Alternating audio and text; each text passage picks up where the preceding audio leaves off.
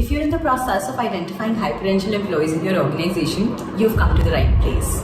Hi, I'm Rupa from and I want to talk to you about hyperpotential identification, the process, why it's important, and why you should do it. Now, I understand that potential is a very vague term. It's difficult to define potential and probably even more difficult to figure out how to do it. So what I'm going to do in this video is to help you create a step-by-step process for your hyperpotential identification strategy that suits your organization. Let me start by saying that employees are one of the biggest assets for any organization. And high-potential employees are a subset of that talent pool that have consistently contributed to the success for your business. So I assume that you'd also want to identify these high-potential employees so that it can be a mutually beneficial relationship for you. So let's start by looking at some of the skills and competencies that make up a high potential employee. Strategic thinking, critical decision making, a drive to excel, learning agility, initiative taking, easily navigating ambiguity, adaptability, the propensity to lead, and easily manage stakeholders. Now, of course, I understand the meaning of high potential might have a very different context in your organization, and hence it makes sense to list down all the skills and competencies that you think are important to define success in your organization.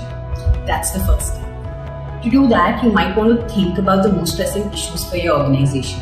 Are you unable to meet business targets? Are you experiencing a high level of attrition in your organization?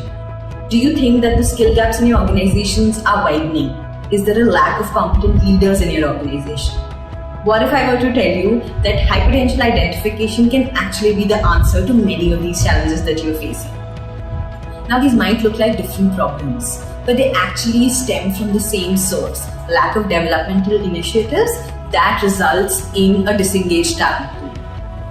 When you're implementing high potential identification in your organization, you're acknowledging and rewarding the contribution of your employees. You're giving them the opportunity for personal growth. You're placing them in strategic or more challenging roles, and you're training them to be future leaders. I have a more detailed blog that talks about the challenges that you might face in the process of creating a high potential strategy for your organization. Why is there a need for it?